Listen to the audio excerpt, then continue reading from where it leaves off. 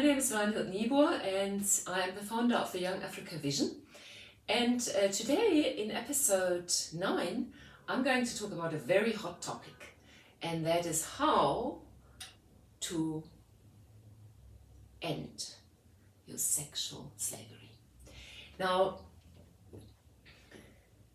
when God made the world and He created human beings, He did this out of love. And He loves us so much that when He made us, He gave each one of us, He gave human beings a home entertainment center. And that is our sexuality. Now, it's something to really enjoy, and it's something to really give a lot of pleasure into our lives. This is how much God loves us. He wants us to have pleasure. He wants us to enjoy our bodies. He wants us to have something that is special and unique in terms of being together with the life partner that He has intended for us, and something that keeps us together for a whole life, and that we can enjoy for a whole life together. But now, of course, as you know already by now, if you have been watching previous episodes, God is all about life and about love and about creation, and the devil is all about death and destruction and about hatred and about all the ugly things in life. And so whatever God creates, the devil wants to destroy. And whenever God creates beauty, the devil wants to create perversion. So he will take something good and make it something bad. God always takes even our mistakes and turns them into something good if we love Him and if we follow His way of living. And so so this whole thing around sex is one of the areas, is a playing ground for the devil. It's the devil's playground. He loves using sex to stop you from fulfilling your potential. He loves using sex to destroy God's idea of family. He loves using sex to hold people in bondage to poverty, even families to bondage to poverty, because everyone who's gone through a divorce will tell you it's a very expensive exercise. And so your family as a whole suffers financially when you go through any divorce. And so divorce is not God's idea. Where in the New Testament, Jesus Christ explains that it's because of the hard-heartedness of human beings that Moses allowed the Israelites to get a divorce. And I know, we are human beings. We are sometimes making decisions to marry somebody that's not suitable for us for different reasons, and we don't always know how to deal with conflict in a relationship. And of course, if a hurt people, hurt people. So if someone is a hurt person and they get into a relationship with someone else, they will hurt that person that they get into a relationship with. It's very important to first be a healed person before you enter into a relationship with someone else, because you will only hurt that person. So hurt people. So don't get married if you are still hurting from something else. Rather work through a marriage, or if you can, and God actually does bring people together who actually grow together. We all grow together if we put, again, Christ at the center of our life.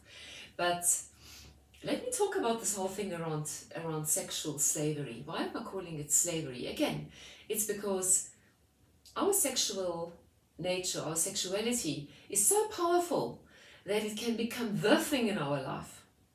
If you define your identity by your sexuality, you must know there is something wrong with that picture. You are not about your sex. You are not about your sex. You are a human being that has many, many interesting aspects to life. And if you are going to place one thing like your sexuality into the way you describe your identity, then you must understand already that you have crossed the line. You've crossed the line. That is not how you are supposed to lead your life. And so you need to understand why you are crossing the line. I am not going to talk about all of those things now, but I will mention a few. I will unpack the reason why for some people sex becomes the center of their life. Now,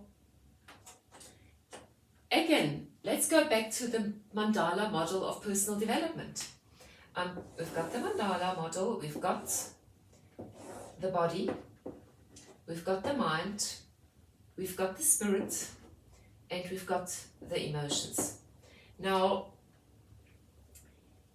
somebody who lives in sexual slavery has placed sex at the center of their life and of their being. And so they are driven by sexual desire. Their actions and behaviors are driven by sexual desire. And of course, this also links very much to the way that the brain works, the way that our body experiences pleasure, the way that our body experiences, stress management. And so sex is a great way of releasing stress. But again, it needs to be enjoyed in the way that God intended. We mustn't abuse anything. Nothing God made is bad. Everything is good. Sex is good. However, the devil likes to push us, and our human nature likes to push us into a situation of abusing something good. And then it creates a hold over our life, and we become a slave of that particular thing. And so instead of putting sex at the center, again, the only way you are going to get out of your sexual slavery is by putting Christ at the center. And so you have to put Christ at the center of your life. And as you grow in your relationship to God through Christ, you are going to understand, you are going to be able to learn to manage your sexuality once more and no longer be a sexual slave or live in slavery to sexuality. So let me just talk about a few aspects, a few things of why and how does this happen, that people, what is the cause or what brings it? So, why do people bring sexuality as the main thing in their life? Number one, if you haven't watched episode 8, the episode about addiction, I'm going to ask you to stop this video right now, first watch that episode about addiction, and then come back here. Why? Because I'm explaining in that episode how our brain works and how there's a little center of pleasure and there's a little gland that produces certain hormones that help us to relax, that I call them the happiness hormones, and that help us to experience pleasure and that help us to cope with pain.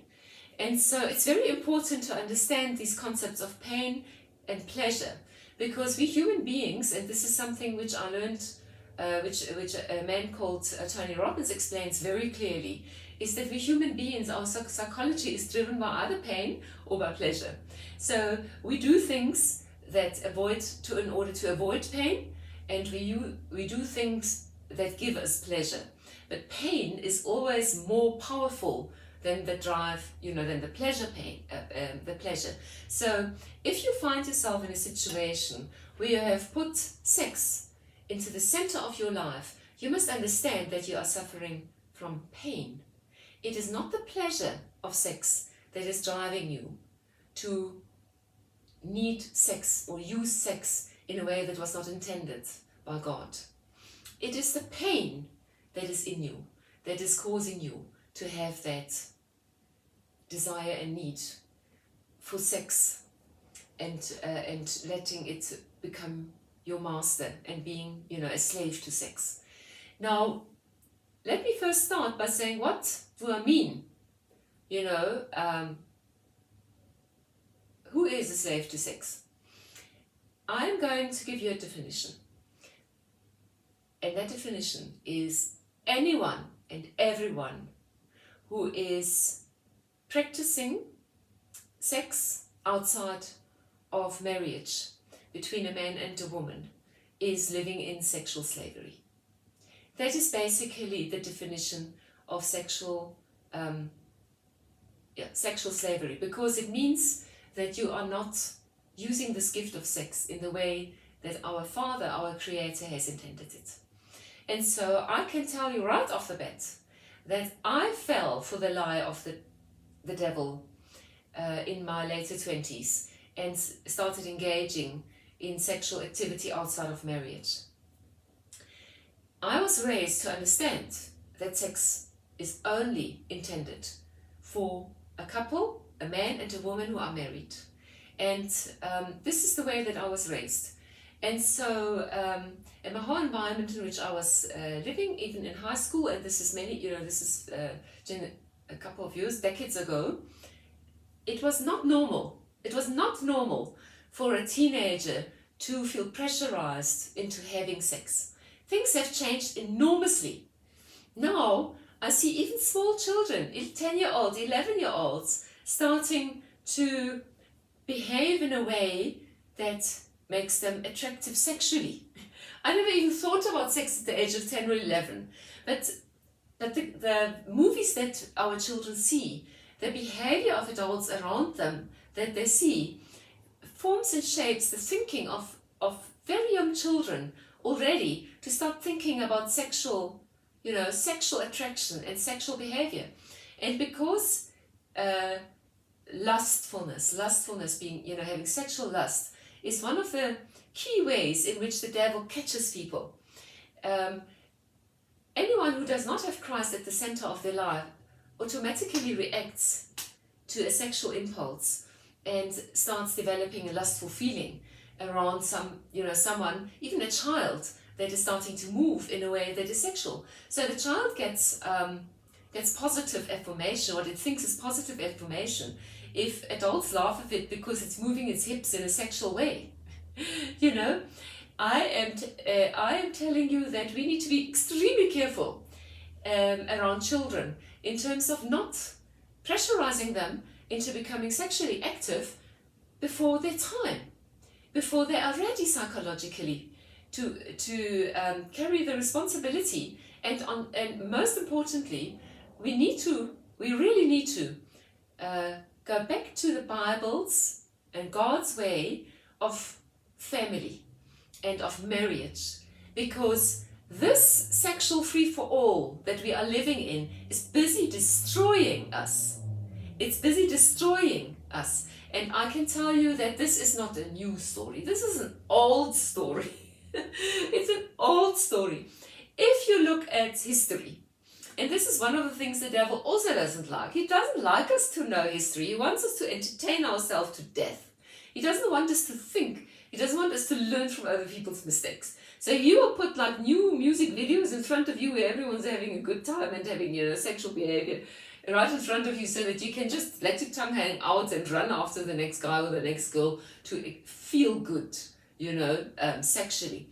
But that is just one way of keeping you distracted from the fact that you are busy wasting your life, that you are busy destroying your potential, that you are busy destroying your family, that in doing so you are destroying your community, in doing so you are keeping everyone around you in bondage of poverty, and quite frankly, you are having such a minor quality of life that really, quite frankly, sometimes it's better to just throw up your arms in the air and legs in the air, die.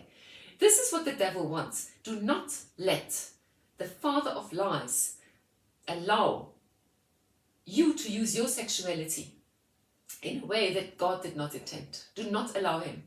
because you are never going to fulfill your potential, and you are going to remain stuck in bondage of poverty. Of course, you say that doesn't make any sense, because you see lots of very wealthy people, celebrities, and whoever, who are sleeping around as if it's nobody's business, and popular culture is encouraging you to have as many sexual partners as possible, and they have a lot of money. I'm telling you, they're on the road to self-destruction, they're on the road to self-destruction, they're on the road to self-destruction, and at the end of their life, God is going to call them to account and say, what have you done? What have you done? And they will be overcome with regret. So do not let the father of lies allow you to be pulled in that direction. I allowed myself to be pulled in that direction, and God rescued me from it. And I can tell you that from my personal experience, it's not worth it. It is not worth it. I was blessed with a marriage and a relationship to a wonderful man for 23 years.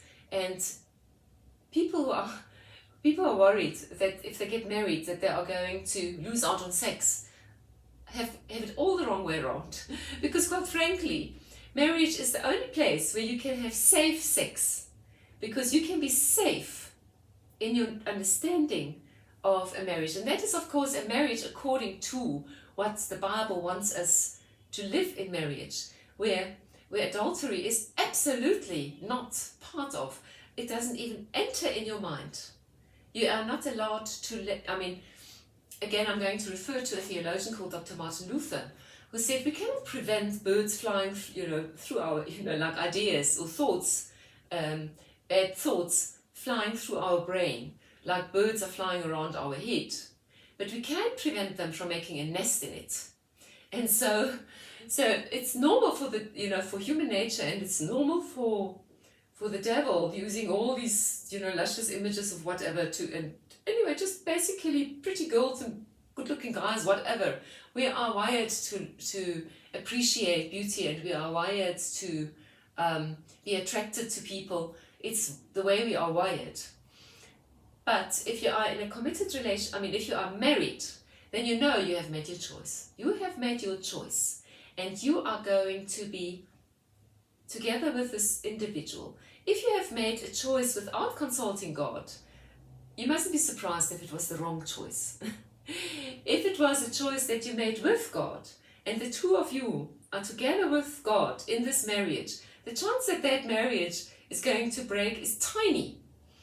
The community that I grew up in barely experiences any divorces. I'm not saying that they experience exceptional happy marriages, but they do experience relatively strong marriages and relatively happy marriages. I think that in my marriage with my husband, we really learned to grow together. And so just back to sex, to say for the total periods that I was with my husband of 23 years of time, we just enjoyed sex. I can just tell you that. So there's absolutely no reason to think that you'll be bored with sex. If you love the person that God has given you as your husband or as your wife, you will always find ways of finding a way to make sex better for each other. And it will remain interesting for the rest of your life. So I'm just dispelling quickly one lie that the devil likes to tell you and say, what if I get bored with sex? No. If you put Christ at the center of your life, you will be never bored with sex. Let me just tell you that. You will not be bored with sex. If you get bored, then you quickly reassess the situation and you learn together about what you can do in order to spice up your sex life as a married couple. God wanted you to enjoy sex, so spice it up. But be aware that you also need to be watching episode 8 about the addiction and how your pleasure centers work. Because if you spice it up in a way that starts being perverse, then you might find yourself in another kind of trouble. So let me, if I'm talking about SMN and M and about all, all kinds of things that actually push you to release endorphins into your body and that deplete your pleasure system without, at the same time, you don't understand how these hormones are even created. So you don't eat the right things that keep your dopamine levels high and that keep the ingredients high that make you feel pleasure. So in the end, your level of pleasure always needs to be higher and higher and higher, and before you feel a thrill.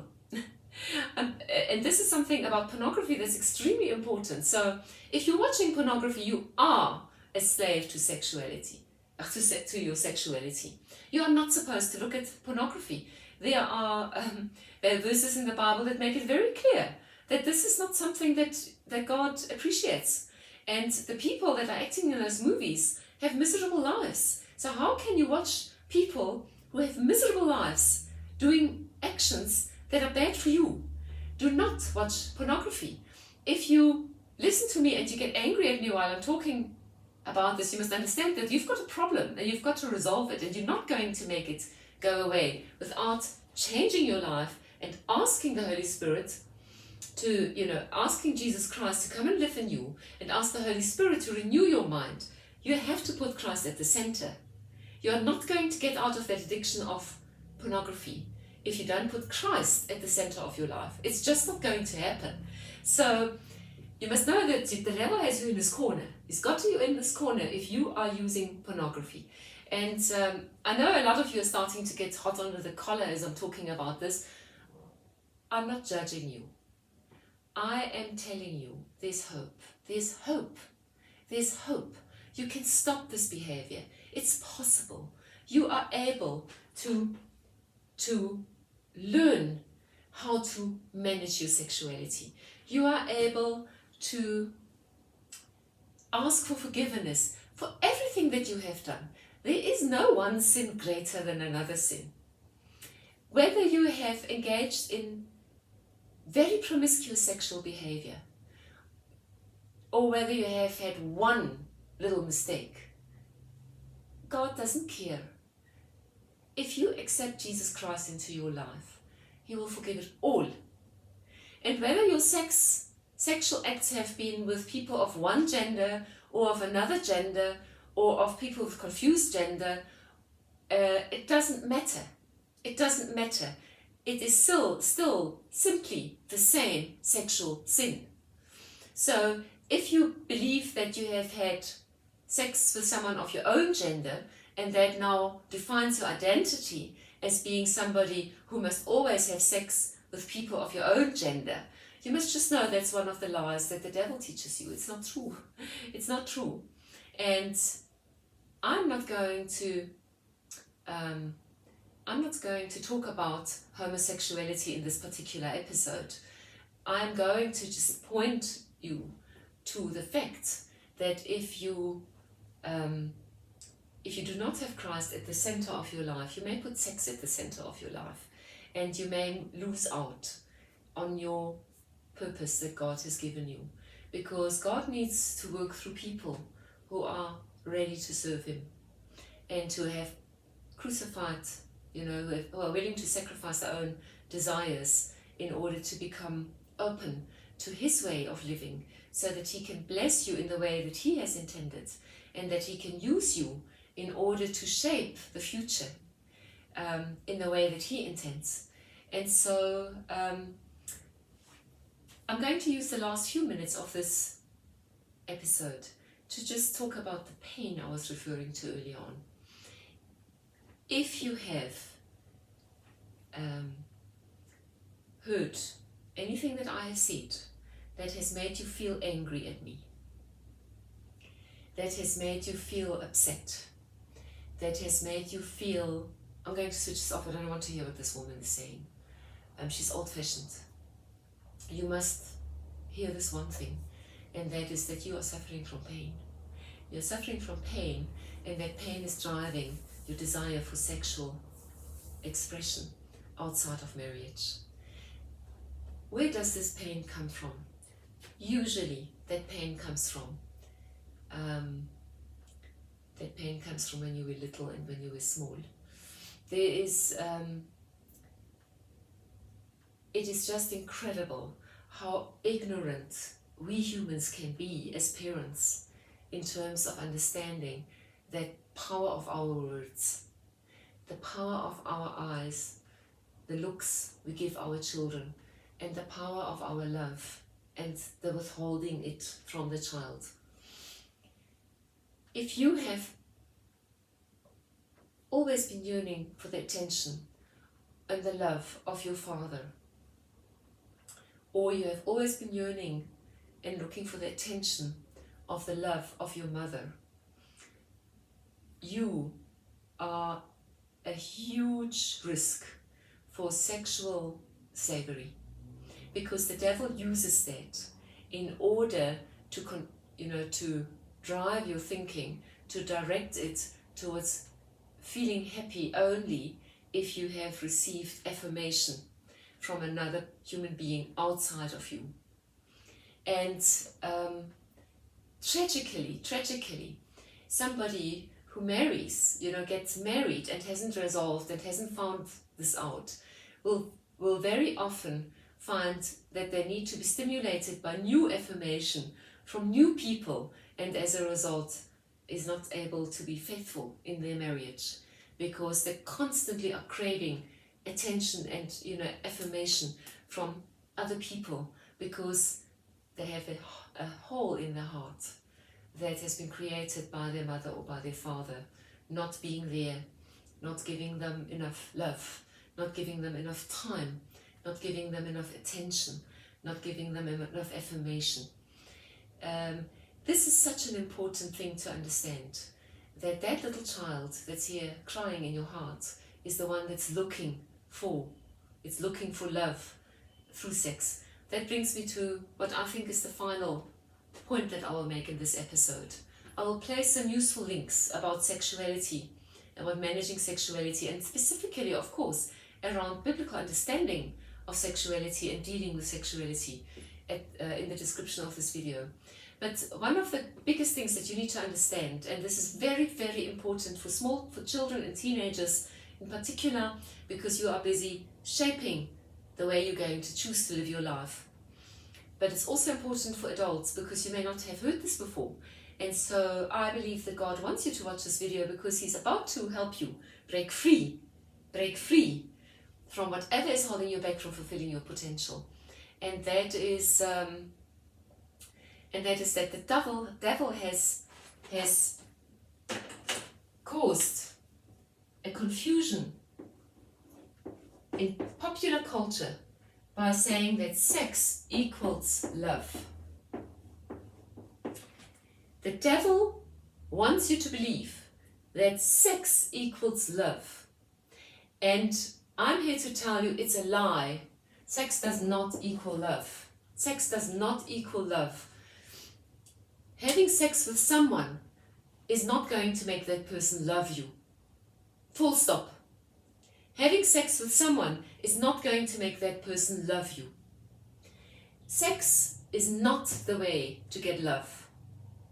It's the way, sex outside of marriage is the way to get sexually transmitted diseases, unplanned pregnancies, unwanted pregnancies, diseases that can kill you. Sex outside of marriage is going to create all kinds of challenges in your life that can really lower your self-esteem even further, because most of the time your self-esteem is, your low self-esteem is a cause of needing sexual affirmation. So if I see a guy who walks around with all these girls around him, I know there's a scared little boy in that heart. Everything around that wealthy man that's throwing money at pretty girls, there's a scared little boy in their heart. The same with the girl that's all glamorous and has a new man every night at the finger and gets adoration from all these men that she can sleep with, or girls that she can sleep with, or whatever, groups of people even that she wants to join in with sex, there's a sad little child in that heart that's looking for love. And sex is not the road to love. When you are in a loving marriage, sex is just the best sex. So you can't get better sex than inside a loving marriage that is centered on Christ. God blesses that marriage with an abundance of enjoyable, amazing, glorious sex. And if he doesn't, ask him to give you wisdom to find ways of better communicating with your husband or your wife to improve your sex life, and look for help from people who are professionals who can help you. And don't give up. There's hope. Don't give up. There's hope. And if maybe God does not make sex such an important thing in your life anymore because He needs your attention somewhere else. He needs you to change the world. And if you are going to be obsessed with sex, you're going to have very little time to contribute to leaving a huge legacy here on earth. So I'm hoping that this episode has given you some food for thought around sex. I want to just, in closing, say, little boy, little girl, teenager, boy and girl, young person, young man, young woman, sex is not for you. It's not for you. It's for you when you are married. Let nobody lie to you. Let nobody lie to you and tell you that you must do it. You must not do it unless you have that ring on your finger. Do not do it. Do not do it. That's what I want to say to you. It's not for you. It's not intended for you. It wasn't made for you. You are going to self-destroy and you are going to cause damage to your self-image if you engage in sex without being married. I just want to say I love all of you. And if you want to know what is love, read 1 Corinthians 13 and look at some of the links in the bottom of this, in the description of this video. Lots of love. See you in the next episode. One last thought that I suddenly remembered that I was actually starting to talk about when I spoke about the devil who wants to say that sex is love, is watch out. What are you listening to? What music are you listening to? Don't listen to music that's going to tell you that sex is love. Do not listen to music like that. Do not listen to music that is going to stimulate your sexuality when you are not married. Don't do it. Don't listen to